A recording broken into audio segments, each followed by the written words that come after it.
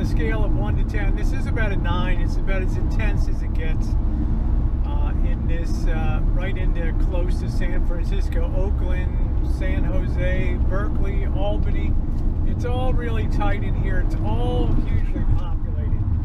So it'll be a good test of our mettle tonight. Now, the one advantage we have is that Jen does use the disabled placard. So when you have the disabled placard, a lot of neighborhoods around the University of California, Berkeley campus, they don't like university students taking up all the parking spots, so they have what are called, you know, permits for those areas, A, B, C, D, E, F, and those kind of things. But when you have the placard, you're allowed to forego those kind of permits, so you're allowed to park anywhere in a residential area, regardless of having that permit or not. So I think that that is a really big advantage. So got the Lawrence Livermore National Laboratory, and we're getting ready for our turnoff for University Avenue, and that'll take us up through the heart of Berkeley, and we'll make our way up to the UC Berkeley campus. Have you paid your tuition? Do you have your books? Did you pay your student fees? Have you pledged a sorority or fraternity? Have you rushed any of them? We will run your background. We're gonna get Missy Jen into a sorority. Okay, guys, on our way. Berkeley, University of California, Berkeley. Here we come.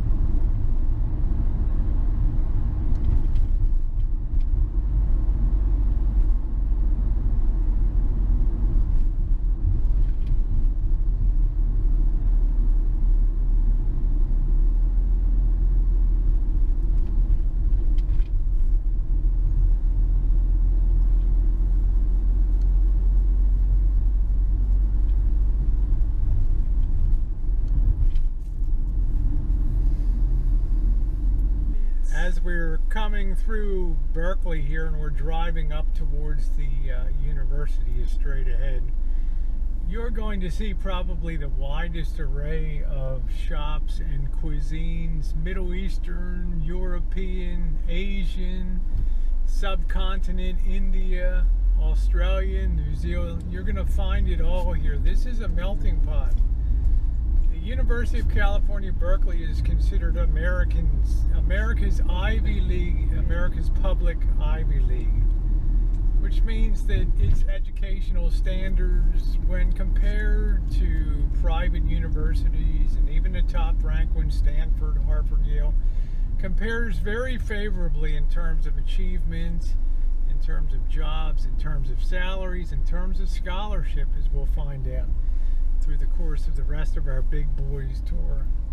You'll see a lot of students walking around, but of course the big question is how things could have changed so remarkably from 1964, when free speech movement was born here on the university campus, to a time where dissent is all but quashed and conservative values and radical conservatism, there's no place for that in the discourse. There's no place for that in the discussion anymore. This is what we have to try to explain on this journey, because it's almost impossible when you think about it to try to come up in a mind with a way that could flip things so much around over the last 50 plus years, to go from so open-minded and so welcoming of new ideas, new values, to a time when opposition is crushed and there's only one more voice that wants to be heard, the voice of radical liberalism in a community community that does a lot to foster that, but it was not always so. And there was a time, as we'll be discussing, back in the 1930s, 40s, even the 1950s, when conservatism was the watchword, and dissent from the other side was not tolerated. The status quo was not to be disturbed. We're just gradually making our way up University Avenue, which is really the main connector to get off of the interstate to get up to the campus. We have to be very careful. There's a lot of students on foot. There are a lot of students on bikes around here. It is a place where a lot of people get hammered crossing streets, jumping out in streets, bicycling and things like that. We want to be very careful today.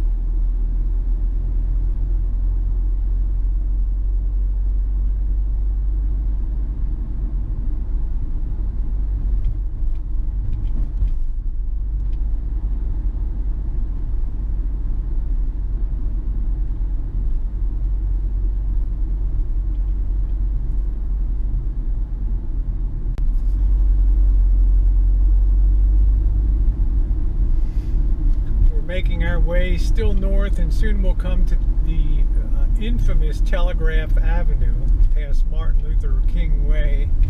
And Telegraph Avenue has a reputation of being the bloodiest street probably in California. There's been more armed confrontation, more bloodshed, even death on that street, all in the name of protest. And it's a place today where, well, what would you say, where hippiedom lives and counterculture lives. One of the last surviving places, I guess, in the country where that's the case. So they zealously guard that. They fight bitterly any intrusions. They don't like chains here. They don't go for chain restaurants. It's very hard to get permits to open those type of facilities. They want everything to be very bohemian and a very small scale in this town. So, and the voters work very hard to protect that. The police are also the police have a reputation of being really, really tough in this town and breaking up riots, and a tradition of batons and shotguns and tear gas and everything else under the sun, in the sake of obtaining and maintaining law and order. Jen, do you smell anything in the air? I smell some Berkeley smoke down here today. And hello everybody, and let me officially welcome you to the University of California, Berkeley campus, our second official stop on the Bad Boys Tour 2017.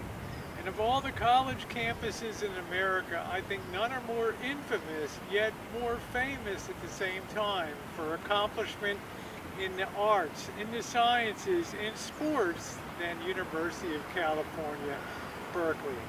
I'm here on the main campus now on the front lawn. There's students here obviously packing a few bowls and lighting them up.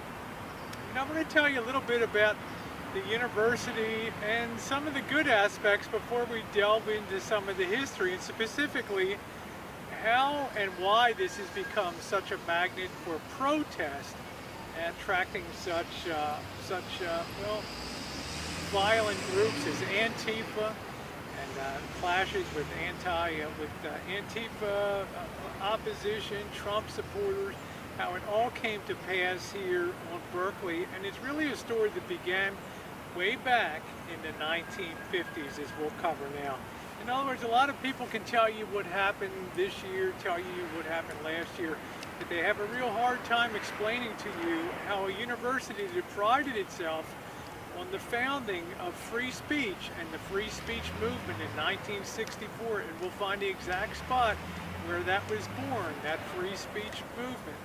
How it came to be 180-degree different now, where free speech is not only not welcomed here, it's not tolerated as well.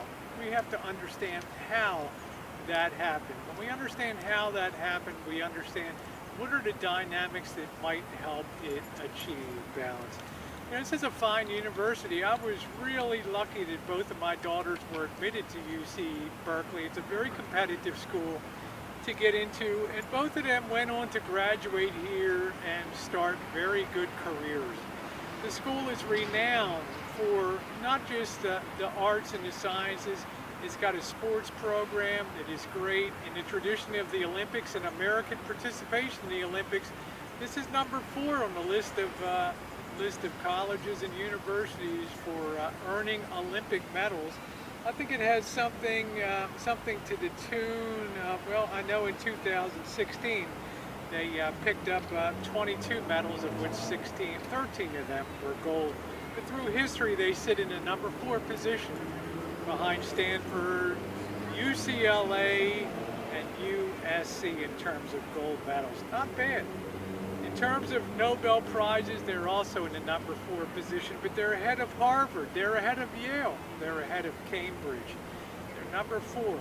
And I'll tell you what, if you look at the periodic table of the elements, if you've ever studied chemistry, it came out of the University of California's research and scientific laboratories discovered 15% of the elements on the periodic table of the elements. Have you ever heard of plutonium? Yep, right here. Ever heard of molybdenum? Yep, right here. And the list goes on and on and on. So while the trouble happens elsewhere on the campus, good things happen too here. Scientific research, development. I'm very lucky that UCLA, the wonderful medical campus that Missy Jen is able to avail herself of, is part of the UC system too. And as a result, she has probably one of the top 5 neurology programs in the United States taking care of her. That is a wonderful thing. So the thing I want to say off the bat is, if you want to come here to get a great education, this is a place you can get it. My daughters never recall taking part in any protests on campus, but remember, if it bleeds, it leads in the news. And of course, anything that smacks of protest, violence, and other things, especially on a campus, is apt to get a lot of attention and be very blown up in the media. But trust me when I tell you, most students have no interest at all in participating in that kind of thing. Here on campus, they're cracking books to be tomorrow's lawyers, doctors, scientists, and engineers.